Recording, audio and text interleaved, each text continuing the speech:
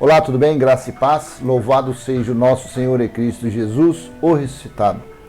Por aqui, seu irmão em Cristo Cláudio, vamos a mais uma mensagem a respeito da escatologia consumada, a respeito da graça de Deus, a respeito de enganos que, pelo nosso entendimento, nós conseguimos enxergar.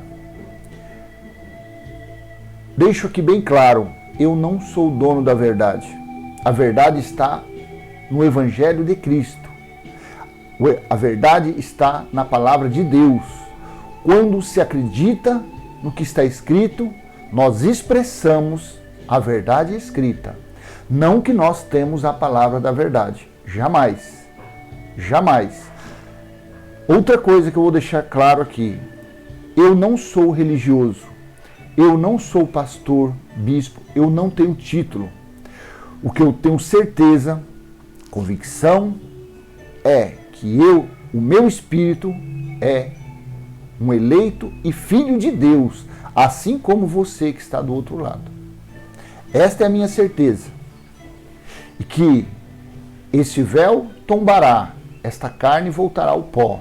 Porém, o meu espírito irá morar na eternidade com o Pai de onde ele veio. Amém? Então vamos entender, mas é um entendimento. Domingo não é o dia do Senhor. É isto mesmo. Como a teologia, como os estudiosos, os pais da igreja, colocaram desde do ano 300, 400, 500 para cá, sendo que o dia do Senhor é uma representação do primeiro dia da semana. Mentira! O dia do Senhor não é nem sábado e nem domingo. O primeiro dia da semana é domingo, isso sim, é o primeiro dia da semana, onde os irmãos se reuniam. Mas dizer que o dia do Senhor, Apocalipse capítulo 1, versículo 10, João diz, eu estava em espírito ou no espírito no dia do Senhor, não se referia de forma alguma domingo ali. Afinal de contas, se você pegar o contexto dos 22 livros de Apocalipse, você vai ver que era juízo de Deus, havia chegado o juízo. A sentença contra os israelitas havia chegado. Que relevância teria domingo naquilo ali? Que relevância teria o êxtase de João orando no dia de domingo e ele foi arrebatado e viu coisas que estavam acontecendo em Jerusalém? E assim ele, nessas visões de domingo, como diz a teologia, ele escreveria os pergaminhos e enviaria para as 7 igrejas. Não cabe isso, não cabe, não tem o mínimo sentido. Então vamos à nossa leitura. Apocalipse, capítulo 1, versículo 10. Disse assim João, na ilha de Patmos: achei-me no Espírito, no dia do Senhor, e ouvi atrás de mim uma voz forte, como de trombeta.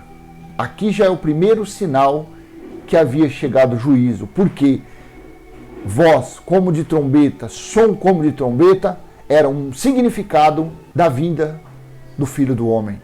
O significado de som de trombeta era um sinal claro do juízo de Deus.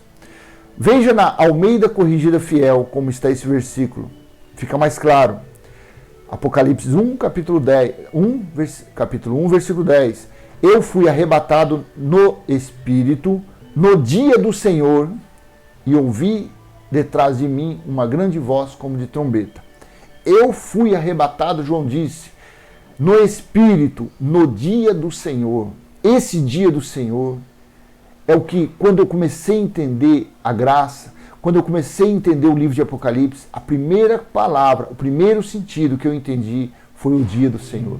Claro, como um vidro transparente, limpo, sem reflexo, sem estar embaçado. Quando você aceita esse dia do Senhor como o dia do juízo, então você consegue ter a dimensão de Deus morando em seu espírito, morando dentro de você. Quando você entende esse dia do Senhor como o dia que Deus julgou quem deveria julgar, que foram os israelitas, então você tem a plena convicção de que foi estabelecido a nova Jerusalém espiritual. Apocalipse capítulo 21, versículo 3. E quando você tem essa convicção, quando você tem essa certeza, então você reina em vida. Porque você tem o poder dentro de você. Você tem Deus na sua mente. A sua mente se torna a mente de Cristo. Você se torna uma pessoa espiritual. É de uma hora para outra? Não. É de fé em fé. É de degrau em degrau. Tendo pleno conhecimento do Cristo ressuscitado. De fé em fé. De degrau em degrau. De passo a passo. Então você chega na plenitude. Nós chegaremos na plenitude do conhecimento do Cristo ressuscitado. Domingo não é o dia do Senhor. Esse dia do Senhor não se refere ao primeiro dia da semana. Como a teologia diz, o dia do Senhor sempre significou o juízo de Deus. Os irmãos se reuniam no primeiro dia da semana para a recolha das contribuições e o partir do pão. Um costume deles, não uma ordenança para a igreja. E veja, esse partir do pão está em Atos capítulo 20, versículo 7. E no primeiro dia da semana, voltar na Nova Almeida atualizada, e no primeiro dia da semana, nós nos reunimos a fim de partir o pão. Paulo, que pretendia viajar no dia seguinte, falava aos irmãos e prolongou a mensagem até a meia-noite. O que era o partir? O que é o partir do pão? É apresentar o pão? Esse é o corpo de Cristo? Não. É tomar um cálice de suco? Não, porque quando fazem essas coisas no primeiro dia da semana, eles estão anunciando a morte de Jesus até que ele volte. Eles anunciam a morte de quem está vivo. Esse partir do pão era a assembleia deles, o ajuntamento como igreja dos irmãos. Não na igreja. Eles se reuniam como igreja para tratar a respeito da sã doutrina, a respeito do Cristo ressuscitado, não mais do Jesus de Nazaré. Aqui Paulo ainda não havia recebido a revelação no terceiro céu, como está em 2 Coríntios capítulo 12. Mas mesmo assim, Paulo já, muitas coisas da lei ele já não praticava, mas praticava algumas, rapou a cabeça. Ele, em Timóteo mesmo, ele circuncidou Timóteo. Porque Paulo não estava pleno, revestido plenamente da sã doutrina. Ainda existia, principalmente aqui em Atos, quando Lucas escreveu os Atos dos Apóstolos, principalmente aqui, ainda tinha fermento de Moisés na vida de Paulo. Por isso que Paulo, a respeito do batismo, ele falou depois para frente, batizei 1 ou 2 e a família de fulano, se batizei, mas eu nem lembro. Por quê? Porque não tinha mais sentido. A sã doutrina mostrou para ele que o verdadeiro batismo não foi na água, não era em uma água do Rio Jordão, ou sei lá, num tanque, no que eles tinham naquela época. Mas sim, o batismo foi na cruz. A purificação, a santificação foi no sangue de Jesus e não na água do Rio Jordão. Então, em 1 Coríntios capítulo 16, versículo 2, também fala a respeito. No primeiro dia da semana, cada um de vocês separe uma quantia, conforme a sua prosperidade, e vá juntando para que não haja necessário fazer coletas quando eu for. Versículo 3. E quando eu estiver chegado, enviarei com cartas aqueles que vocês aprovarem, para que levem a oferta de vocês a Jerusalém. Então era no primeiro dia da semana, Nunca se falou no dia do Senhor, como sendo domingo. Coloque aí no comentário se você achar interessante me refutar. Então coloque aí no comentário aonde está escrito que o dia do Senhor era considerado como domingo ou sábado. Não usando aqui, no primeiro dia da semana, não. Eu quero você ver o nome, você me mostrar o nome escrito o dia do Senhor como sendo o sábado ou domingo. Tem um dia de lambuja, sábado também. O dia do Senhor sempre representou juízo de Deus. Eu vou te mostrar mais à frente. E é de extrema importância você saber disso. Você tem que ter esse conhecimento. Porque você só consegue afirmar que a parousia já houve, que a vinda do Filho do Homem como juiz já houve, se você entender que o dia do Senhor não era sábado ou domingo, que o dia do Senhor foi o juízo de Deus. Eu volto a frisar esse assunto. É de extrema importância, porque se você lê Joel, Amós, Sofonias, Malaquias, capítulo 4, e você vê ali o dia do Senhor vem, virá e tal, e chegar em Apocalipse, você lá com a Bíblia de estudo, você lê João 1, versículo 10, e lá no rodapé, o teólogo, o doutor colocou lá, o dia do Senhor representava o primeiro dia da semana para os cristãos na primeira era. Quebrou no meio o seu entendimento a respeito do dia do Senhor. Então, se eu venho lendo de Joel, Amós, Sofonias, que o dia do Senhor foi o dia de juízo, era o dia de escuridão, era o dia de trevas, era o dia de calamidade, e você chegar no Apocalipse e você ler no rodapé e você aceitar aquele dia do Senhor como sábado ou domingo, quebrou todo o seu conhecimento. Foi em vão você ler Joel e esses outros profetas. Foi em vão. Eu vou te mostrar. No versículo 3, na maioria das versões diz oferta. Mas no Códice Sinaíticos ou no Vaticano, Paulo não tratava contribuições como oferta. Era bênçãos, dádivas. Nunca foi tratado como oferta. Como o tema não é esse, eu não vou colocar aqui. Eu poderia colocar trechos do Códice Sinaíticos para você conferir. Ofertas quem colocou foi quem traduziu os escritos dos pergaminhos, que foi mudando até chegar em oferta. Mas na própria ACF, se eu colocar na ACF, se eu não me engano, ela não trata como oferta, o nome oferta. Porque Paulo, eles não tratavam mais como oferta. Oferta era coisa da lei de Moisés. As ofertas eram para o quê? Para a manutenção do templo, para as festividades de lua nova, de Shabat, era para isso, que era o nome oferta, oferendas. Isso é oferta. Mas, olha aqui, versículo 3, usando a ACE, Almeida Corrigida Fiel, 1 Coríntios 16, versículo 3. E quando tiver chegado, mandarei os que por cartas aprovardes para levar a vossa dádiva a Jerusalém. Oferta é oferta. Oferta é oferta. Depois eu vou te mostrar o que significava oferta. Porque ofertas eram ordenanças da lei de Moisés para a manutenção do templo e das festividades. Deixa eu colocar na Nova Almeida atualizada.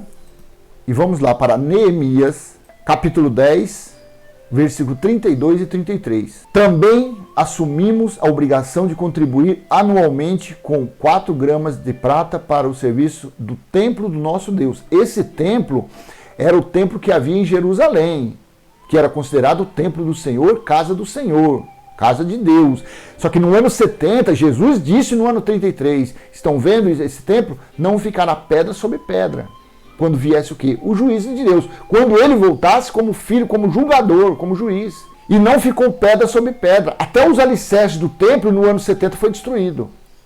Então as ofertas, as contribuições, as oferendas, era para serviço do templo do nosso Deus. Versículo 33. Para os pães da proposição, para a oferta contínua de cereais, para o holocausto contínuo dos sábados e das festas de lua nova, para as festas fixas, para as coisas sagradas, para as ofertas pelo pecado, para fazer expiação por Israel e para toda a obra do templo do nosso Deus.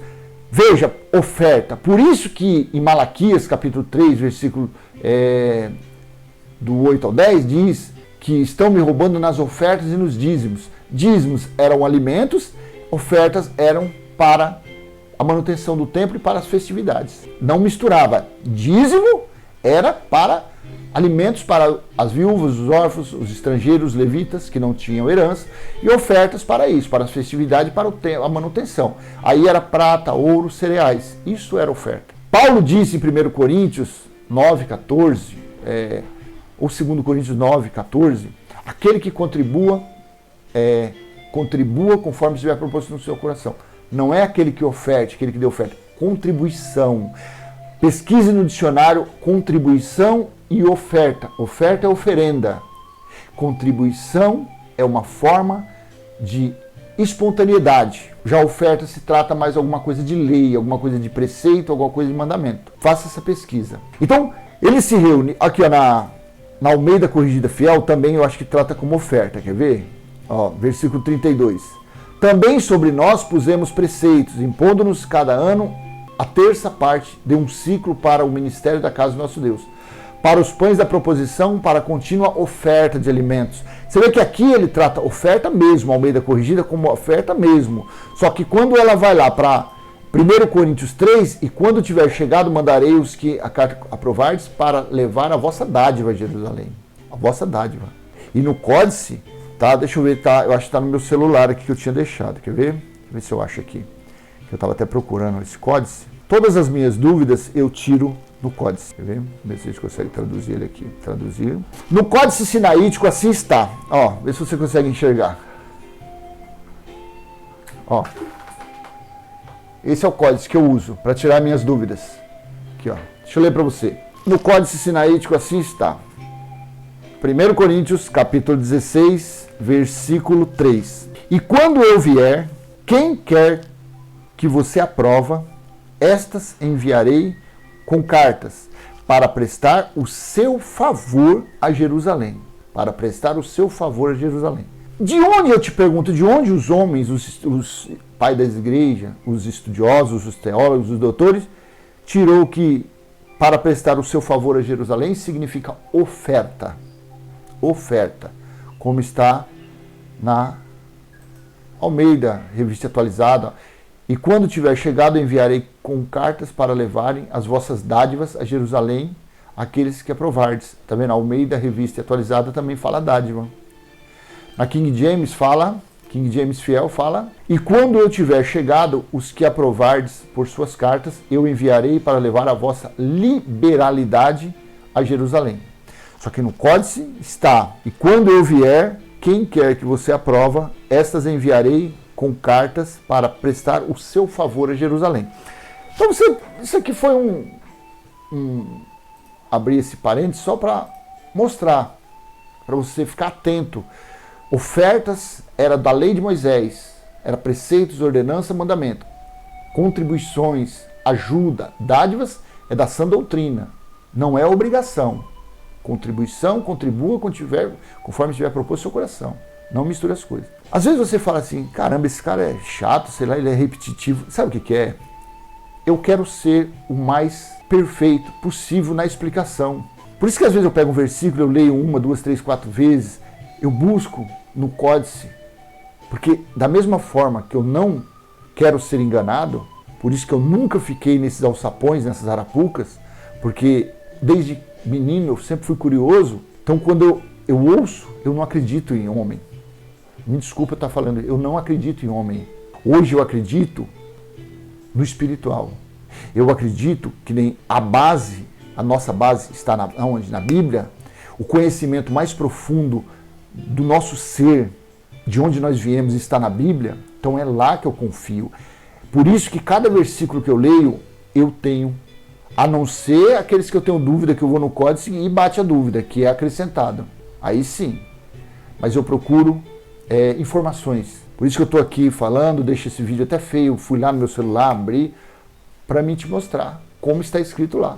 Você também, se for tiver curiosidade, no seu celular aí, vai lá, coloca no Google, códice sinaíticos.org. E lá você vai tirar, vai aprender a mexer, você vai ver que maravilha, você não tem mais dúvida. Só um trechinho aqui. Diz Jesus, vi Satanás caindo como um raio do céu. É assim ou não é? Que está em todas as versões bíblicas. É assim. Só que no códice, olha que interessante. Jesus disse, vi Satanás caído como um raio. O que significa Satanás? Um oponente, um opositor, alguém que é contra. E quem era o Satanás nos dias de Jesus de Nazaré? Eram os fariseus, os escribas, os saduceus, os judeus, judaizantes que não acreditavam que ele era o Filho de Deus, eram Satanás. Satanás não é um ser, Satanás é um adjetivo. Mas aí você diz, e por que Isaías capítulo 14, versículo 12, Lúcifer foi jogado do céu? Lúcifer não tem nada a ver aquilo ali, se você vê no versículo 3, capítulo 14, versículo 3, fala que é uma sátira contra o rei da Babilônia, uma zombaria. Deus fala que quando destruísse o rei da Babilônia, então era para abrir uma sátira contra o rei. Não tem nada a ver. Aí também eles dizem que, mas Jesus falou que eu vi Satanás caindo como raio. Aí eles vão lá para Ezequiel capítulo 28, que ali é sobre o rei de Tiro. Se você ler o capítulo 27 e 28, o contexto você vai entender que ele falava-se a respeito de um rei, do rei de Tiro. Ah, não, mas lá tem a cidade do Éden. Sim, no capítulo 27 tem lá que ele fazia as suas vendas numa cidade que chamava Éden. E voltou a ser no capítulo 28. Então, você vê, são tantas informações que num vídeo desse que a gente está fazendo de um tema aí começa a vir. Por isso que eu sou assim. Eu pesquiso, os meus comentários, às vezes as pessoas acham que eu sou bruto, sou estúpido. Não é, é meu jeito. É meu jeito. Porque, sabe, são tantos enganos, são tantas falcatruas que envolvem a palavra de Deus, que envolve Deus. Olha a idade que eu estou estou um pouco, muito já calejado com essas religiões, com religiosos. Então, tem comentários, ontem mesmo eu respondi a pessoa achou que eu estava destratando ela. E eu estava mesmo, porque eu acho assim, se eu assistir um vídeo seu, vamos dizer que você tem um canal aí, se eu assistir o seu vídeo e eu ver que você está falando uma coisa que não está do meu acordo, eu não vou entrar no seu comentário antes de pesquisar para te julgar, para te refutar, para desmerecer o que você está falando. Não, eu vou abrir a palavra de Deus, a Bíblia, e vou ler aonde ele está falando. E vou procurar em versões bíblicas, não é num texto, vamos dizer que ele está falando na Almeida Revista Atualizada. Eu vou na Nova Almeida Atualizada, eu vou na King James, eu vou na NVI, na NVT. Eu vou principalmente no Códice. E tem uma diferença muito grande. Eu vi Satanás caindo como um raio, como eu vi Satanás caído como um raio. Então não foi caindo, caído. E outra coisa, se anjos são espíritos, se Satanás fosse um ser, imagine, teria um livro, um capítulo inteiro falando desse momento, dessa situação.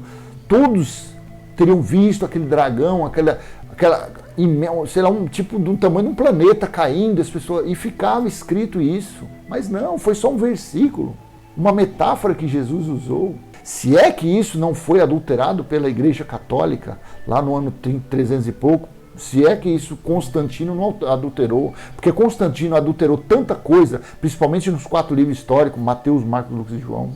Outra situação que fala, Jesus foi, depois do batismo, fala em Mateus, que ele foi levado para o deserto, e depois ele foi levado pelo diabo, Meu amado, isso não cabe nos dias de hoje. Você acha que o próprio Deus seria conduzido por um ser do mal? Você acha que... Então o diabo foi lá, pegou Jesus pelo cabelo, porque mostra que Jesus tinha um cabelo comprido, e arrastou Jesus e passou por dentro de Jerusalém, e levou lá no alto do pináculo e mostrou todos os reinos me foi dado.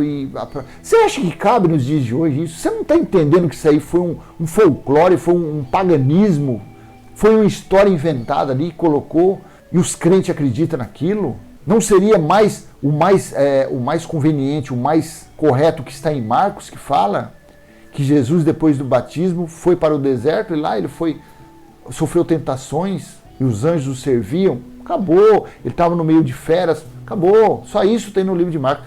Me desculpa que eu estou falando do dia do Senhor, mas eu estou indo para lá. Não sei, mas eu estou indo para um assunto que eu acho que alguém precisa às vezes ouvir isso. Então são folclores, são lendas judaicas, por isso que Paulo falou, não se prendam nas lendas judaicas. Então pessoas querem me refutar colocando nos comentários, sem antes ir lá buscar informações para poder ter convicção naquilo que está refutando. Você é isso, você é aquilo, como que Jesus já voltou, não sei o quê. Então procura a base.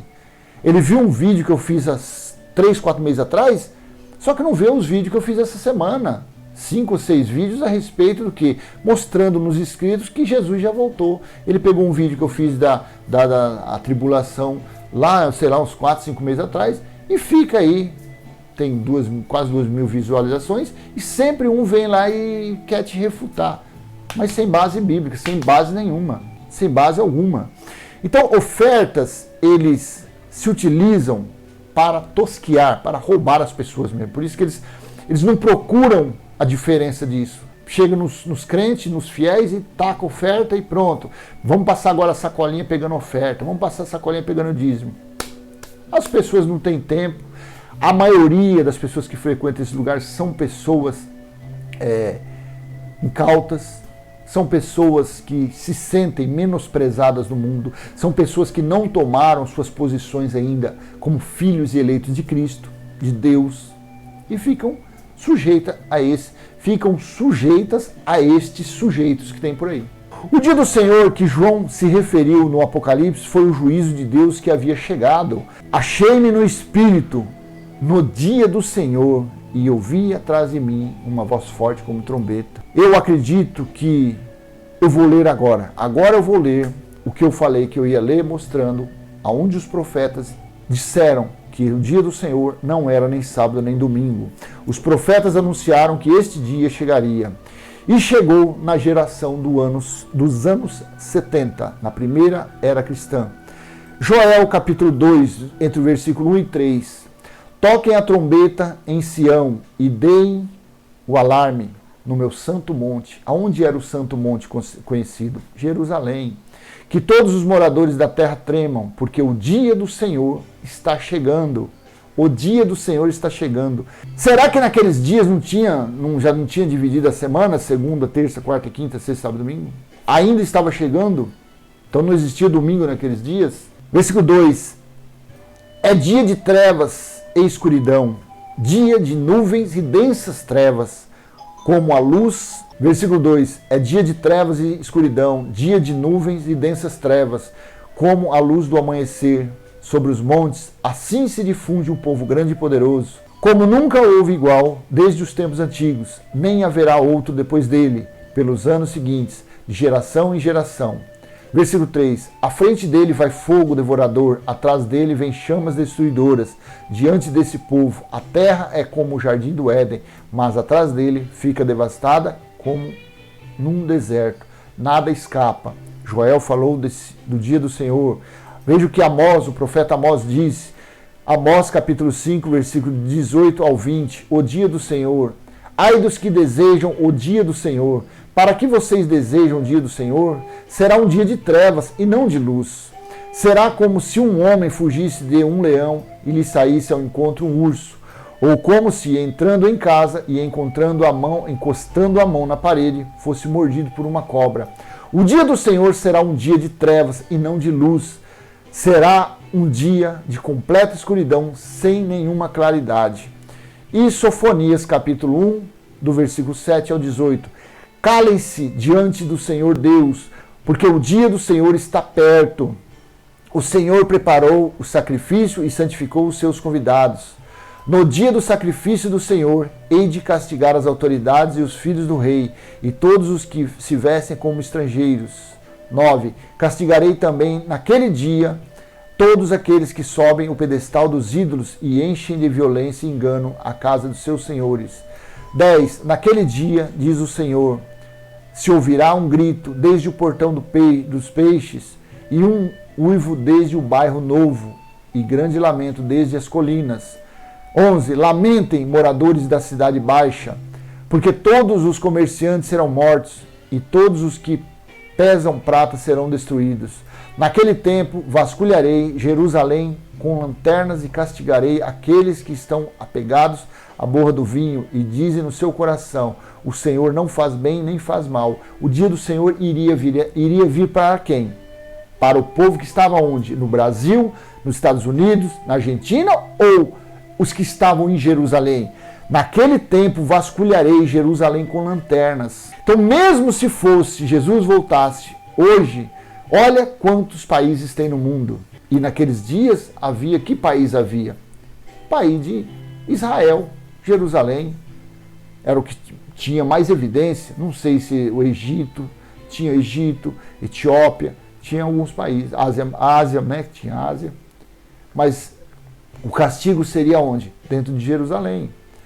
Versículo 13. Por isso os bens deles serão saqueados e suas casas serão destruídas. Eles construirão casas, mas não habitarão nelas. Plantarão vinhas, mas não beberão vinho. 14.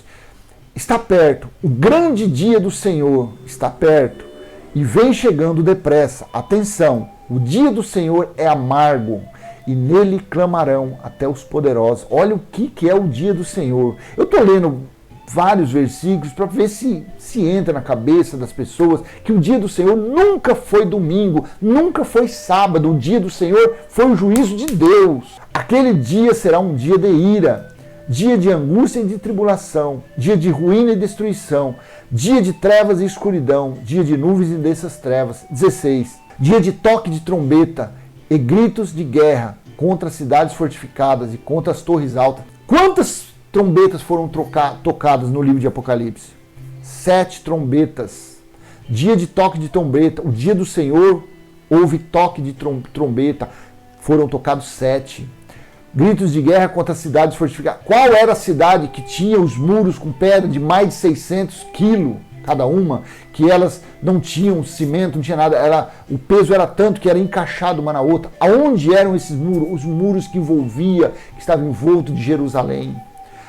Contra as torres altas, aonde tinha essas torres altas? As fortalezas de Antônia, aonde eram? Não era em Jerusalém? Veja no mapa histórico, bíblico, aí que você vai ver. As 4 torres de Antônia, as fortalezas. Os muros fortificados eram de Jerusalém. Dia de troca. Então, isto era, o dia do Senhor era para acontecer aonde? Em Jerusalém. No dia do Senhor. Trarei angústia sobre as pessoas e elas andarão como se estivessem cegas, porque pecaram contra o Senhor. O sangue dessas pessoas será derramado como pó e a sua carne será espalhada como esterco. 18. Nem a prata nem o ouro poderão livrá-las no dia da ira do Senhor. Mas pelo fogo do seu zelo a terra será consumida, porque ele certamente fará destruição total e repentina de todos os moradores da terra. Tá vendo? Da terra, mas que terra? A terra que era habitada, terra mas que estava em evidência. Qual era? Israel, Jerusalém. Jesus falou em Lucas capítulo 21, versículo do 20 em diante. Quer ver onde que ele falou aqui? Que ele falou? Aqui, ó. Porque esses dias são de vingança, para se cumprir tudo o que está escrito. Ai das que estiverem grávidas, das que amamentarem naqueles dias. Lucas capítulo 21 fala da escatologia, fala da vinda dele. Ai das que estiverem grávidas e das que amamentarem naqueles dias, porque haverá grande aflição na terra e ira contra este povo, contra aquele povo, contra aquela geração. Olha que volta que deu, quanto tempo que demorou de Sofonias até Lucas. Trarei angústia sobre as pessoas e elas, aqui onde que fala? Aqui sobre dia de toque de trombeta, gritos de guerra contra as fortificadas. Versículo 18. Nem a prata nem o ouro poderão livrá-las no dia da ira do Senhor. Jesus, acabamos de ler, Lucas, Jesus falou que era o quê? O dia do Senhor representava a ira de Deus, dia de indignação, dia da vingança de Deus contra aquele povo. As 7 trombetas foram tocadas no dia do Senhor. Não haverá mais julgamento. Então, meu amado, quando você estiver no nível de você entender que Apocalipse 1:10, achei-me no Espírito, no dia do Senhor, e ouvi atrás de mim uma voz forte como de trombeta. Quando você alcançar esse nível de entendimento, que você entender que esse dia do Senhor quebra toda a espinha dorsal da teologia, com seus estudos no rodapé, dizendo que esse dia do Senhor representa o primeiro dia da semana, eu acredito que quando você chegar, você já vai estar bem adiantado no seu nível de entendimento da parúzia, da vinda de Deus.